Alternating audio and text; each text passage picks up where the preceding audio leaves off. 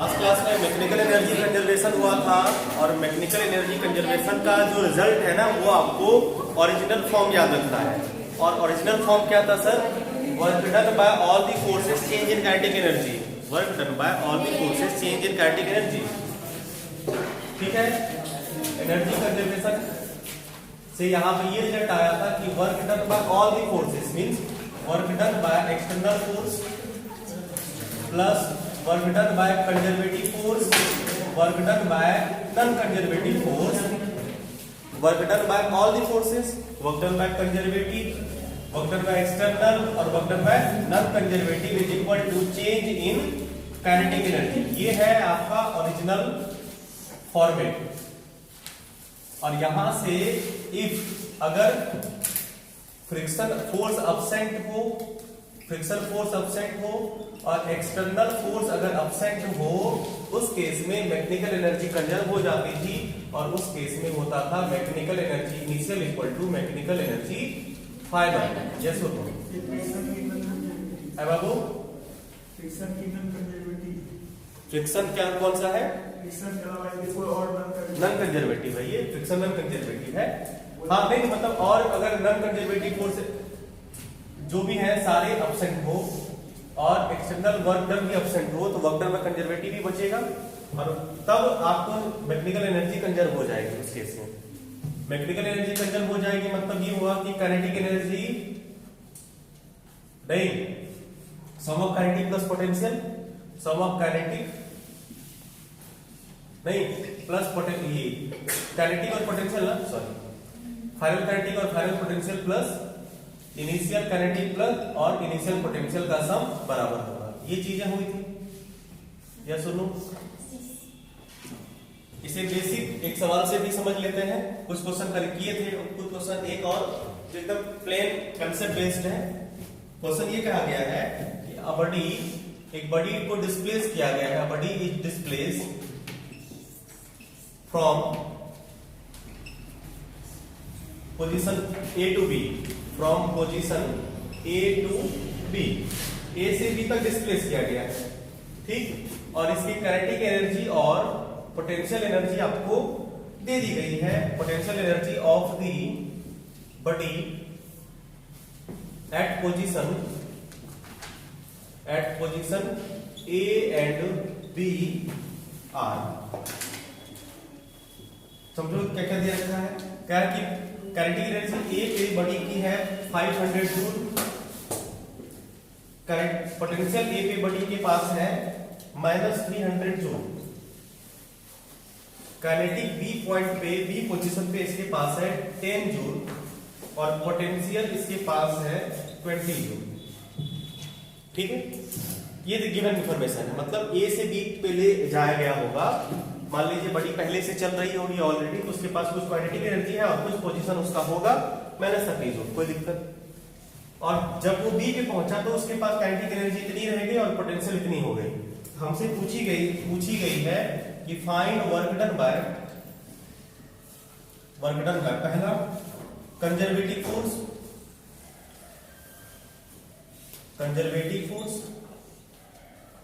Conservative force ने कितना work done किया। दूसरा all forces, work done by all the forces. And तीसरा forces other than conservative force, forces other than conservative force, other than conservative. सवाल समझ में आया? सवाल आसान था, आसान है भी कुछ नहीं, बस कंसेप्ट बेस है। आपको यहाँ पे कंजर्वेटिव और नॉन कंजर्वेटिव मतलब मैकेनिकल एनर्जी कंजर्वेशन समझ में आया कि नहीं आया, ये सवाल के माध्यम से समझ में आएगा कि आपने मैकेनिकल एनर्जी को समझा कि नहीं समझा। बस स्टेटमेंट समझने के लिए ये सवाल था। आंसर आ गया होगा? आंसर आ गया होगा सर? चलिए पहले वाले का आंसर क्या हो जाएगा? Work done by conservative force. देखो work done by conservative force आपको याद होगा, negative of work done by conservative force change in potential energy. Yes और नो? क्वेश्चन नोट कर लिया है क्या? नहीं करिए, क्वेश्चन नोट करिए।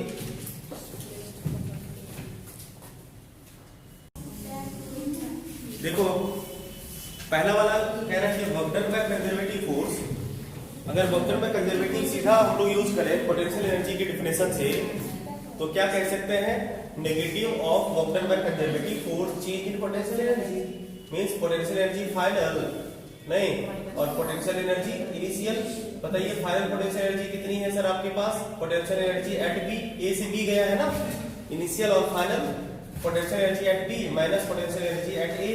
पोटेंशियल एनर्जी बी पे कितनी है, पोटेंशियल एनर्जी बी पे है 20 जूल ना, 20 जूल, और पोटेंशियल एनर्जी ए पे कितनी है माइनस 30 जूल, कुल मिला के कितना हो जाएगा 50 जूल।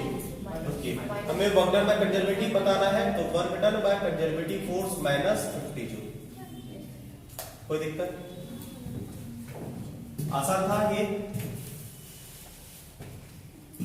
अगला कह रहा है कि work done by all the forces, work done by all the forces कितना आएगा -40।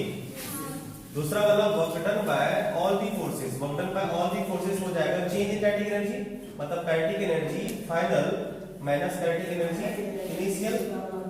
फाइनल का क्या मतलब हुआ, क्या हुआ, फाइनल का मतलब हुआ काइनेटिक एनर्जी बी पे कितनी है और काइनेटिक एनर्जी ए पे कितनी है। तो बी पे कितनी है काइनेटिक एनर्जी, बी पे 10 जूल है और ए पे कितनी है 50, तो ये हो गया 50 -50 आया, सॉरी -40 आया।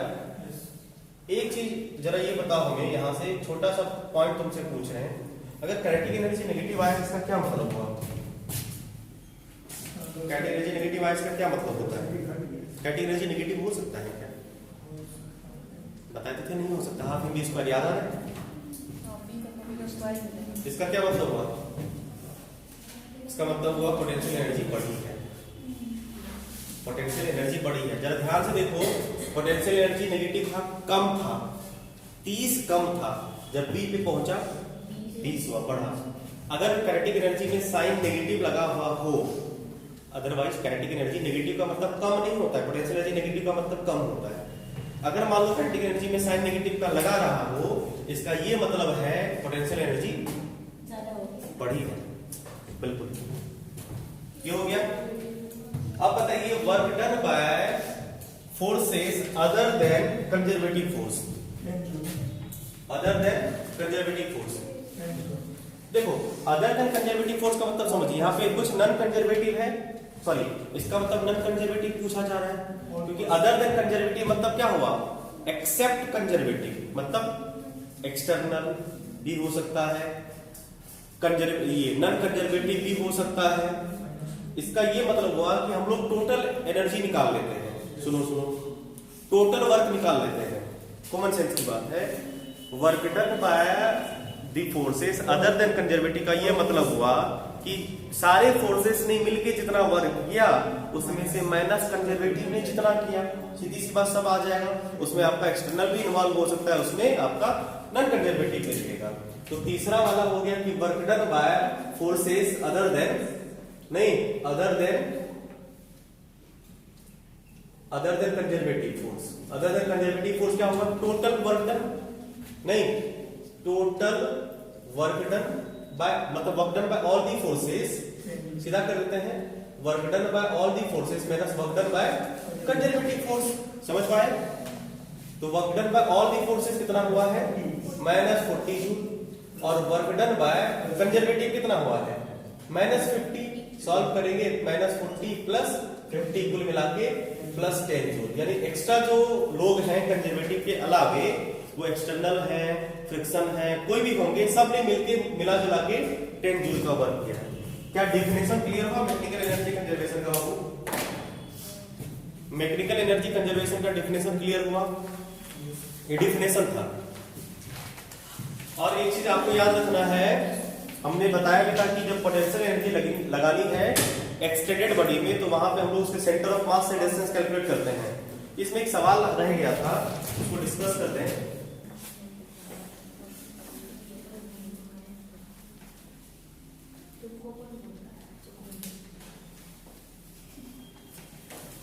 इसको साफ करें।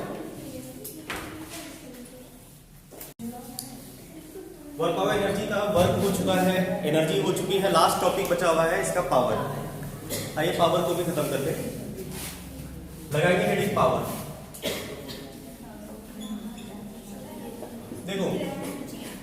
पावर का जो जनरल सेंस होता है कि ये क्या होता है, rate of doing work done. Power का क्या सेंस है, rate of doing work done. इसको ऐसे समझो, सुनो बाबू, पावर समझते हैं हम लोग। जैसे मान लीजिए दो लोग हैं ए और बी, या मान लो दो मशीन है, कोई भी ए और बी, हमने इसे सेम टास्क दिया, ठीक है। हमने इसे कहा कि भाई आपको एक काम करना है, क्या 10 रोटी खानी है, ए और बी, चलेगा। वर्क सेम हो गया, वर्क सेम हो गया, 50 बोलना था क्या, 10 रोटी खानी है। इन्होंने मान लो इसे 5 मिनट में उड़ा लिया और ये 10 मिनट में खाया इसे। सेंस समझा रहे तुम्हें पावर का। ए ने 10 रोटी 5 मिनट में खाई और बी ने 10 रोटी 10 मिनट में खाई। बताइए किसका पावर ज्यादा है? पावर किसका ज्यादा हुआ? ए का। क्या सोच के बोला आपने अंकित? इधर देखो, क्या सोच, हाँ उन्होंने इतना काम कम समय में किया, मतलब पावर ज्यादा होगा उसका। नहीं, बिल्कुल। Power of A is greater than power of B. नहीं, किस बेसिस पे आपने कहा? टाइम के बेसिस पे। अब सुनो तो, आपने ए का पावर ज्यादा क्यों कहा? क्योंकि ए ने टाइम कम लिया है, ए ने टाइम कम लिया है, मतलब जिसका टाइम कम होगा उसका पावर ज्यादा होगा। एक तो ये सेंस बनता है। पहले एक काम करते हैं हम लोग, दूसरा एक्सपेरिमेंट, दोनों को समय सेम दे दिए, बस रोटी की क्वांटिटी बढ़ा दिए। अब बताओ किसका पावर ज्यादा हुआ? बी का। दूसरी केस में बी का पावर ज्यादा होता है ए का, ए से। ये किस बेसिस पे? वर्क के बेसिस पे कहा आपने, क्योंकि टाइम तो सेम है ना, टाइम तो सेम है, मतलब जो सेम टाइम में ज्यादा काम करेगा उसका पावर ज्यादा होगा। नहीं, मतलब आपको वर्क के बेसिस पे ये इनवर्सली डायरेक्टली टाइप के कह सकते हैं, डायरेक्टली इनवर्सली रिलेशन नहीं होता है, लेकिन सेंस के लिए समझ सकते हैं ना, घटना और बढ़ना। मतलब जो ज्यादा वर्क सेम टाइम में करेगा उसका पावर ज्यादा होगा, और जो कम टाइम में उतना ही वर्क करेगा उसका पावर ज्यादा होगा। ये बात समझ में आई? इन शॉर्ट आप ये यहां से ये बातें समझ में आई है कि अगर हम तुमसे पावर पूछें, जैसे मान लीजिए यूनिट कुछ वो नहीं है, रहने दो, जैसे अगर हम तुमसे ये पूछें कि इसका पावर और इसका पावर है कितना, तो बोलोगे सर इसका पावर 1 और इसका पावर 2 है, नहीं बोलोगे? आपने क्या किया, इतना बाय इतना रेशियो निकाला और ये पावर बता दिया। अगर कहने में वैल्यू के सेंस में पावर कहना हो तब तो लगता है कि आप इसका 1 और इसका 2 कहोगे, ज्यादा पावर कहोगे ना, 2 ज्यादा है ना, पावर ज्यादा कहोगे ना, ध्यान दोगे, पावर ज्यादा कहोगे ना, स्वाभाविक बात है। तो पावर यहाँ पे 2 चीजों पे डिपेंड करती है, एक कितना काम कितने समय में हो गया, पावर का difference, rate of doing work done. इसी को कहते हैं वर्क किस रेट से डन होती है, वर्क जिस रेट से की जाती है उसी रेट का नाम पावर है।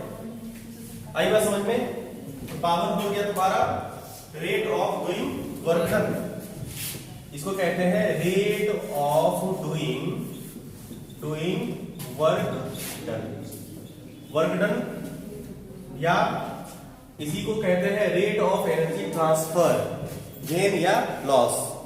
रेट ऑफ एनर्जी ट्रांसफर भी कह सकते हैं बाबू, रेट ऑफ एनर्जी ट्रांसफर, क्योंकि आपको याद होगा वर्क के पहले क्लास में हमने आपको वर्क डन हो या एनर्जी ट्रांसफर हो एक ही बात होती है, वर्क तभी डन होता है जब एनर्जी ट्रांसफर होती है। तो रेट ऑफ एनर्जी ट्रांसफर भी आप कह सकते हैं, कोई दिक्कत नहीं। तो यहाँ पे इन शॉर्ट पावर का जो फॉर्मूला हो जाएगा, power equal to rate of doing work done, और ये टोटल पावर आप निकाल रहे होते हैं, नहीं, और ये टोटल पावर जो होता है इन शॉर्ट आप इसे हम लोग कहते हैं एवरेज पावर, मतलब टोटल पावर जो होता है वो एवरेज पावर होता है सर, ठीक है। एवरेज पावर का साइन अलग अलग होता है, कोई लोग ऐसे लिखते हैं, कोई लोग ऐसे भी लिखते हैं, सॉरी ये ऐसा नहीं लिखा जाता है, ऐसे लिखते हैं। आपको यहाँ पे जो पावर मिलता है ना, total work by total time करके, ये एक्चुअल में नेट पावर मतलब ओवरऑल पावर मतलब एवरेज पावर आता है। हम लोग भी यूज यही करेंगे, टोटल पावर की बात करेंगे। फिर इंस्टेंटेनियस पावर भी हम कर पाएंगे आपको, किसी इंस्टेंट में कितना पावर होगा, किसी इंजन का, मशीन का, किसी का भी। ठीक है, वर्क डन बाय टाइम चलेगा, rate of doing work done, या energy transfer of energy by time, same बात है। एक्चुअल में पावर जो है ना वो स्केलर क्वांटिटी होती है, ये बात आपको ध्यान रखना है। ये कैसी क्वांटिटी होती है? स्केलर होती है। और अगर इसका एसआई यूनिट लिखना चाहो तो क्या लिखोगे बाबू? जूल पर, बोलो, जूल पर सेकंड। और इसी को कहा जाता है वॉट। क्या कहते हैं इसको? What. What is the SI unit of power. किसी भी तरह का पावर हो, चाहे वो इंजन का हो, इलेक्ट्रिकल पावर हो, कोई भी पावर हो, एसआई यूनिट वॉट ही होगा। कुछ अदर यूनिट है जो तुम्हें याद रखने हैं, कभी कभी पूछा जाता है ये डाटा। अदर यूनिट इसके एक होता है एचपी, हॉर्स पावर, जिसको 1 एचपी इक्वल टू होता है 746 वॉट। एचपी पावर की कहानी आपको पता है, हॉर्स पावर है। स्टार्टिंग में पावर के सेंस में घोड़े को लिया जाता था, एक घोड़े का कितना पावर है, ओवरऑल उसी से ये चीजें कैलकुलेट की जाती है। ये आपको एक तरह से कन्वेंशनल यूनिट है। एचपी जो है वो कन्वेंशनल यूनिट है पावर का बाबू, ठीक। और कॉमर्शियल यूनिट जो है एनर्जी की, आपको पता होगा, याद है कॉमर्शियल यूनिट एनर्जी की, ये अदर यूनिट है किलो। किसका? हाँ, कॉमर्शियल यूनिट एनर्जी का किलोवाट आवर नहीं, हाँ किलोवाट आवर होता है। याद रखिएगा, ये काफी बार पूछा गया है कि किलोवाट आवर इनमें से किसकी यूनिट है? पावर की, एनर्जी की, या ऐसे वक्तन वगैरह दे दिया जाता है? नहीं, ऑब्जेक्टिव ये आया हुआ है किलोवाट आवर इनमें से किसका यूनिट है? एनर्जी दे रखा होगा, पावर दे रखा होगा, तो लोग किलोवाट आवर रहता है, सीधा किलोवाट देखा और लोग पावर टिक कर देता है। ये पावर का नहीं है, एनर्जी का, याद रखिएगा। पता है ना कॉमर्शियल यूनिट? हाँ, तो इसको नोट करा के लिखा देते हैं, इसकी जरूरत नहीं थी, बस कंफ्यूजन यहाँ पे था। हाँ, kilowatt hour is the unit of, note करके लिखिएगा, unit of energy not power.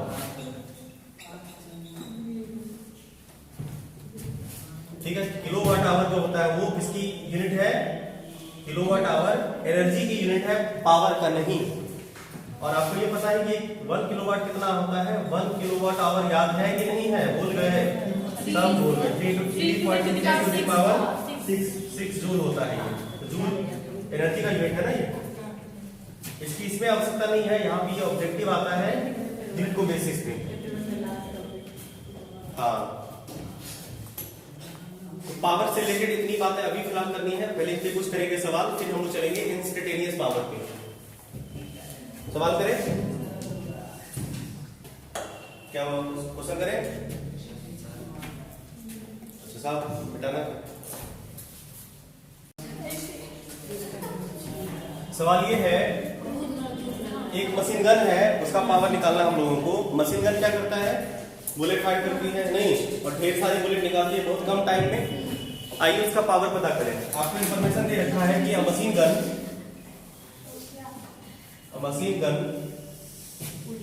Fyers 240 bullets per minute. 240 bullet per minute if the mass of each bullet is 10 gram and the velocity of the bullets is 600 metre पर second, then the power of machine gun is, power of machine gun पूछ रहा है हमसे, ठीक है, 6 kilowatt, 7.2 kilowatt, 8.4 kilowatt and last 10 kilowatt. आइए question note कर लिए?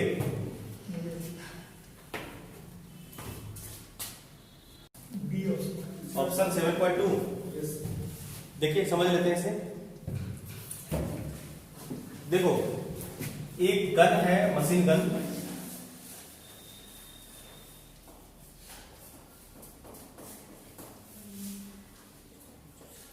ये बुलेट फायर कर रही है और बुलेट किस तरह से फायर कर रही है, 1 मिनट में नहीं, 1 मिनट में ये कितनी गोलियां निकाल रही है बाबू, कितनी, 240 240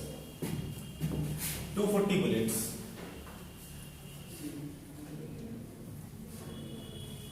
हमसे पूछा गया और ईच बुलेट की स्पीड कितनी है, 600 मीटर पर सेकेंड। हमें निकालना है इसका पावर ऑफ गन।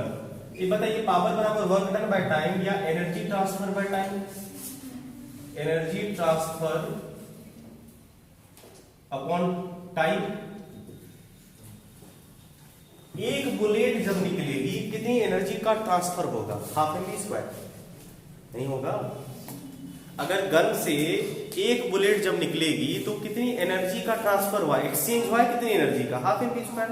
अरे भाई बुलेट को जितनी एनर्जी दी गई या बुलेट ने जितनी एनर्जी ली वही तो ट्रांसफर ऑफ एनर्जी हुई।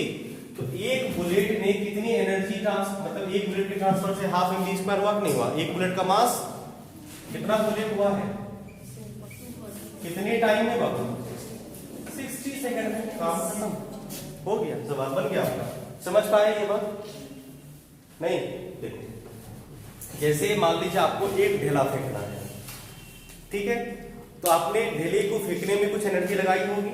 जैसे आपको हम बोले कि मान लीजिए ढेला का मास है 10 किलोग्राम, ढेला का मास 10 किलोग्राम और इसे मान लीजिए 10 मीटर पर सेकंड से फेंकना है। तो बताइए आपको ढेला फेंकने में वर्क करना पड़ेगा कि नहीं करना पड़ेगा, कितना करिएगा वर्क।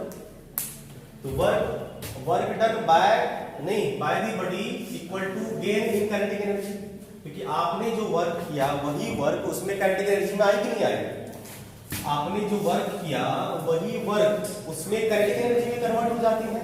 इसकी kinetic energy half m v square, yes और नो, आई बात समझ में। तो वही हुआ कि एक मशीन गन जब फायर होती है, एक बुलेट निकली, तो एक बुलेट को निकालने में मशीन ने कितना वर्क किया, जितना उस बुलेट ने एक बुलेट ने जितनी काइनेटिक एनर्जी गेन करी, नहीं, एक बुलेट ने कितनी काइनेटिक एनर्जी गेन करी, हाफ एम वी स्क्वायर। ये जो काइनेटिक एनर्जी होती है ये work done by the machine on the bullet हुआ, work done by the body on the block. कितना बुलेट को निकालना है, 240, तो कितना एनर्जी, कितना वर्क करना पड़ेगा, half m v square into 240। समझ गए कितने टाइम में हुआ है भाई। आपके पास टाइम कितना है, टाइम 1 मिनट है, ऐसा ही लिखोगे तो 60 सेकंड होगा ना। भाई कर दिए, सॉल्व कर दीजिए। 6 चौको 24 नहीं, और ये 2 दूना 4, 2 मास कितना है एक बुलेट का बाबू, 10 ग्राम। तो 10 ग्राम मतलब 10 into 10 to the power -3 kilogram. और v कितना है एक बुलेट का 6, तो 36 4 जीरो होगा ना। आई बात समझ में, सारे एसआई में आ गए। तो 3 जीरो से 3 जीरो तो खत्म हो गया, यस और नो बोलो। तो कुल मिला के हो गया तो 12 360 3600 गुना 7200 जूल। ऑप्शन नहीं है ऐसा, किलो जूल में है ना, बाय 1000 सॉरी वॉट। और ये हो जाएगा आपका 7.2 किलो वॉट। समझ में आया, क्या समझ में आया वो कर दीजिए। अगला क्वेश्चन बताते हैं, सुन लो बाबू। हमारे पास एक कुआं है और इस कुआं कितना गहरा है, 100 मीटर गहरा कुआं है। और इस 100 मीटर गहरे कुएं से आपको कितना 7200 केजी पानी निकालनी है।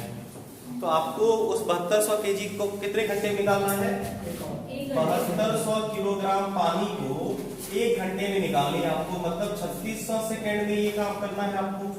तो ये काम करने में आपको कितना वर्क करना पड़ेगा निकाल लीजिए। वर्क डन बराबर जो भी mght, नहीं आप ये बताइए इसको करने के लिए आपको कितना वर्क करना पड़ेगा। वर्क डन मतलब energy transfer by time, sorry हाँ, वर्क डन मतलब या सीधा पावर निकाल रहे हैं। आप जो काम करेंगे उसके लिए आपको पावर रिक्वायर्ड चाहिए ना, या पावर वो काम आप मतलब मशीन कर रहा है तो पावर रिक्वायर्ड कितना होगा, वर्क डन बाय टाइम। और वर्क डन यहाँ पे कितना होगा, mgh के बराबर, mgh के बराबर और टाइम कितना 3600। सॉल्व करिए, m का वैल्यू कितना 7200, g का वैल्यू 10 और h का वैल्यू 100, कुल मिला के 36 करेंगे, 1 2 खत्म और कुल मिला के 2000 आएगा, 2000 वाट आएगा। सुन लो, मतलब 2 किलोवाट आएगा। यहां तक सबका हुआ होगा प्लीज सुनो। हाँ, ये क्या है, पावर आउटपुट, मतलब मशीन जो काम कर, हमसे क्या पूछा गया है कि assuming calculate the power of the pump. Pump क्या पूरा पावर यहाँ पे यूज कर रहा है? 50% करने से काम हो गया। इसको तुम ऐसे भी समझ सकते हो, या दूसरा तरीका भी बता रहे तुम्हें। पहला काम क्या था कि इस काम को करने में मशीन को अपनी इफिशिएंसी 85% यूज करनी पड़ी। इसका मतलब पावर उसका एक्चुअल होगा कितना? 4 किलोवाट का होना चाहिए ना। या छोड़िए, इफिशिएंसी ऑफ मशीन का फॉर्मूला बताए थे। किसी भी सिंपल मशीन की जो इफिशिएंसी होती है, eta equal to power output by power input, या आउटपुट वर्क और इनपुट वर्क, या जिसका भी इफिशिएंसी निकालते हैं वो होता है इनटू 100% में। कितना दे रखा है बाबू? ये 50% दे रखा है कि नहीं दे रखा है? बोलो तो बताइए। पावर आउटपुट कितना है? 2 किलोवाट। इनपुट मतलब टोटल मशीन का पावर इनटू 100। ये सुनो, 50 गुना 100, 2 गुना 4 बराबर, मतलब power inputted equal to 4 kilowatt. मतलब ये पावर सप्लाई मैक्सिमम ये मशीन दे सकती है। समझ पाए? ये सुनो, एक बार फिर से समझा देते हैं। सुनो, जैसे आप जब इस 7200 kg को खींचोगे, पहले समझ लो बाबू, जब आप 7200 kg को खींचोगे आपको खिंचने में वर्क करना पड़ेगा ना। कितना? mgh। नहीं, एक बाल्टी को उठानी है, कितना वर्क करना पड़ेगा? mgh। कितने टाइम में? तो पावर आ जाएगा। और ये काम कर कौन रहा है? मशीन। कैसे? अपनी 50% इफिशिएंसी का यूज करके। तो पता चला कि जब मशीन अपनी 50% इफिशिएंसी का यूज कर रहा है तो 7200 kg का पानी 1 घंटे में खींचा चला आ रहा है। तो उस वक्त मशीन का पावर यूज हुआ है कितना? 2 किलोवाट। इसका मतलब मशीन का इफिशिएंसी 100% होगा तो पावर इसका 4 किलोवाट आना ही चाहिए। एक तो ये लॉजिक हो गया। दूसरा लॉजिक ये है कि फॉर्मूला इफिशिएंसी बराबर आउटपुट बाय इनपुट इनटू 100, जो कि 50% दे रखा है, ये इफिशिएंसी परसेंट में आती है। क्लियर है? तो ये हो गया तुम्हारा। सॉल्व करोगे 50 गुना 100, पावर इनपुट यहां से 4 किलोवाट का आ जाएगा। ऑप्शन पहला सही। समझ पाए? अब इफिशिएंसी वाला मामला समझ पाए? गुड। नोट करिए, अगला सवाल करें। इंस्टेंटेनियस पावर का मतलब होता है पावर एट एन इंस्टेंट, किसी भी इंस्टेंट। वो पावर जो अभी तक हम लोग कैलकुलेट करे हैं वो मशीन का एवरेज पावर है। लेकिन कभी कभी देखते हैं कि मशीन कभी ज्यादा काम करना पड़ता है, कभी कम काम करना पड़ता है। होता है ना, जैसे मशीन में लोड ज्यादा हो गया तो ज्यादा वर्क करना पड़ेगा, उस वक्त मशीन ज्यादा पावर कंज्यूम करेगा, नहीं ज्यादा पावर का यूटिलाइज करेगा। जैसे मशीन का पावर, जैसे मान लीजिए 300 हॉर्स पावर का मशीन है, लेकिन ये 300 हॉर्स पावर मैक्सिमम कब यूज होगा? जब उसे मैक्सिमम वर्क करना पड़ेगा। अगर मान लीजिए वो कम वर्क करेगा, कम ही पावर का यूटिलाइजेशन करेगा, तो किसी इंस्टेंट पे जो पावर का यूटिलाइजेशन होगा वो पावर इंस्टेंटेनियस पावर के नाम से जाना जाएगा। आइए उसे कैसे कैलकुलेट करें। सर हमारे पास जो पावर का एवरेज फॉर्मूला है क्या? वर्क डन बाय टाइम और पावर इंस्टेंटेनियस। अभी तक के कंसेप्ट से आप लोग ये समझ पाए होंगे कि इंस्टेंटेनियस कहते किसे हैं और लिखते कैसे हैं। क्या हम इसे लिख सकते हैं? P इंस्टेंटेनियस मतलब होता है rate of doing work done, dW/dt। Very small change in time में, बहुत स्मॉल इंटरवल ऑफ टाइम में जो स्मॉल वर्क डन किया जाता है उसका dW/dt आपको पावर इंस्टेंटेनियस देगा। यस और नो? हो गया बस, ये पावर इंस्टेंटेनियस होगा।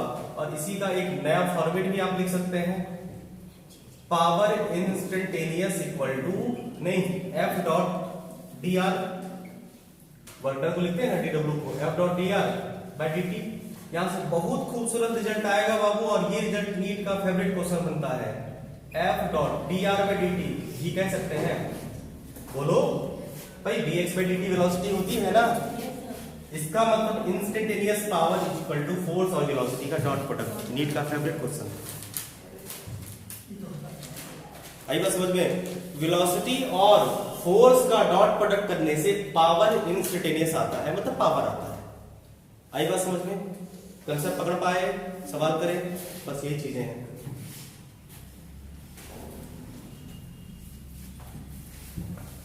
इसको क्या डॉट प्रोडक्ट मतलब ये हो गया आपका P instantaneous equal to f v cos theta, ये ना होता है dot product f b cos theta या v f cos theta, yes और नो? Very good. एक चीज और ध्यान रखिएगा, ये काम हम लोग पहले भी कर चुके हैं, फिर से बता रहे हैं। पावर इंस्टेंटेनियस अगर आपको यूज होना करना हो तो आप ये बताइए, ये एफ है ना, यहां से पकड़िए इस फॉर्मूले को, पहले समझो। क्या हम इस एफ को मास इनटू एक्सेलरेशन लिख सकते हैं, एम ए लिख सकते हैं? बोलो, ये वाला फॉर्मेट लिख सकते हैं बाबू? और अभी अभी आपने सीखा है कुछ देर पहले कि ए को हम लोग v d v by d x करते हैं, नहीं करते हैं? वी डी नहीं, सॉरी, ये तो इसको लिखते हैं ना, ए को d v by d x. हाँ सही है, सही है। एक्स के टर्म में yes, v d v by d r, फिर भी कॉस जीरो सिंपल ले रहे हैं, मैग्नीट्यूड ले रहे हैं, आप कह सकते हैं m v square d v by d r. हाँ पोजीशन है ये, एक्स यूज करो जो भी कह सकते हैं। बोलो, यहां से फिर मोमेंटम के टर्म में भी आता है, मतलब ये मोमेंटम के टर्म, देखो मास इनटू वेलोसिटी है एक, मोमेंटम भी लिख सकते हैं आप इसको, मास इनटू वेलोसिटी साथ में नहीं, अलग अलग फॉर्मेट में आप इसी से तोड़ सकते हैं। एक और फॉर्मेट इसका बनता है, सुनो यहीं से, अगर हम मास को मास रहने दें और एक्सेलरेशन को dv बाय dt लिखें, कुछ कर लोगे मेरा? नहीं। बोलो, ये मतलब यहां पे देखो प्योर मोमेंटम के टर्म में आया बाबू, v dv by dt, yes और नो? देखो ऐसे भी ये रिजल्ट और ये रिजल्ट, ये पोजीशन है, ये डिस्प्लेसमेंट के टर्म में, ये टाइम के रिस्पेक्ट में, समझ पाए? और ये डॉट प्रोडक्ट, सबका जनक यही है। क्लियर है? ये फॉर्मूला आपको याद ही रखना है, समझना है कि क्या क्या हो सकता है। रिलेशन जैसा भी सुटेबल रिलेशन होगा उस हिसाब से सुटेबल फॉर्मूले पे आप इसे सब्स्टिट्यूट कर सकते हैं। नोट करिए, एक सवाल कर लें।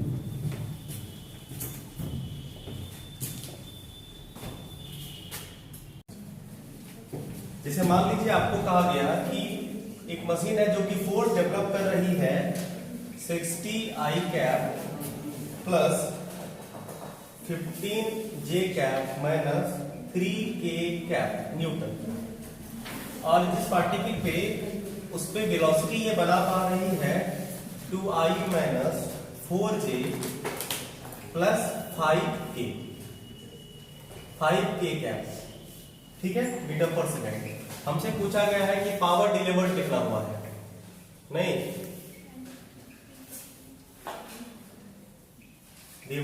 पावर डिलीवर्ड कितना हुआ है? सिंपल सी बात है, आपको दिख रहा है फोर्स और वेलोसिटी है, पावर यहाँ पे जो पावर आएगा वो इंस्टेंटेनियस आएगा आपको, और ये पावर आएगा आपका एफ डॉट भी करिएगा। तो बताइए एफ कितना है? 60i plus 15j minus 3k, yes हो तो? डॉट भी कितना है? 2i minus 4j plus 5k, yes हो तो? आपको पता है कि डॉट में क्या करना है, आई और आई के साथ नंबर को बस मल्टीप्लाई कर देना है, यस। 60 इंटू 2 कितना हुआ? 120 प्लस 15 माइनस 4 चौके 7 माइनस 60 माइनस 3 माइनस 5 माइनस 15, और कुल मिला के इसका आंसर कितना आएगा? 45। तो 45 वॉट, यस और नो? आंसर ये तो बेसिक था कंसेप्ट बेस का। आइए क्वेश्चन करें और ये वाला समझ पाए? डॉट प्रोडक्ट कैसे करना है, रिजल्ट आपको डॉट प्रोडक्ट का क्या देगा? पावर देगा, और ये पावर का नेचर इंस्टेंटेनियस वाला होगा सर, ठीक है। जैसे कि अगला सवाल, मान लीजिए ह्यूमन हार्ट है, नहीं, the heart of a man pump 5 litre का blood, 5 litre of blood through the arteries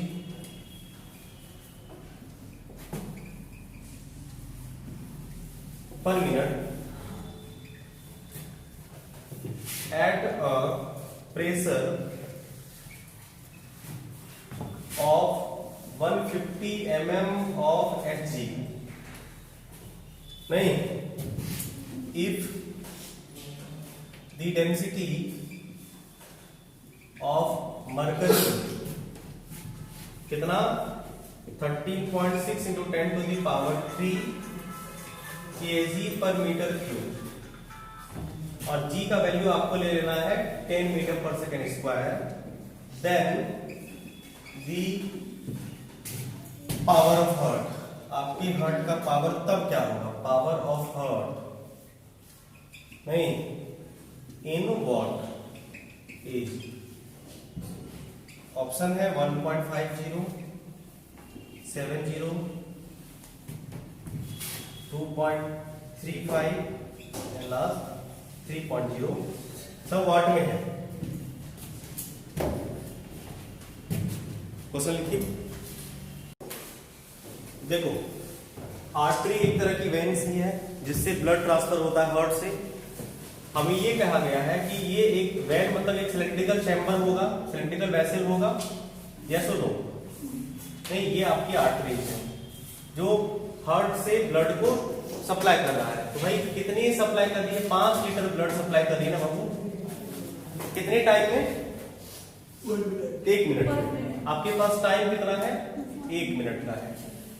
1 minute में 5 लीटर, यानी 1 मिनट के लिए अगर हम इसका वॉल्यूम माने, 5 लीटर होगा नहीं, लीटर क्या वॉल्यूम है ना, तो 5 लीटर को वॉल्यूम बनाने आता है मीटर क्यूब या सेंटीमीटर क्यूब में बाबू।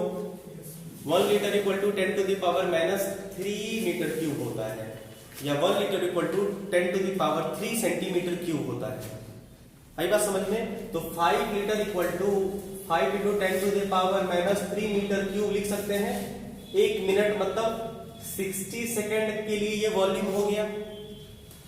हमसे ये कहा गया भाई आपको क्या करना है, आपको पावर निकालना है, सीधी सी बात है। तो पावर का फॉर्मूला क्या होता है, पावर का फॉर्मूला होता है एनर्जी ट्रांसफर या वर्क डन, यस और नो? बोलो, वर्क डन बाय टाइम होता है ना, पावर का formula work done by time. तो टाइम तो आपको दे रखा है, छापना नहीं, पहले समझो। इसी तरह से हम लोग वर्क डन निकाल ले तो काम बन जाएगा।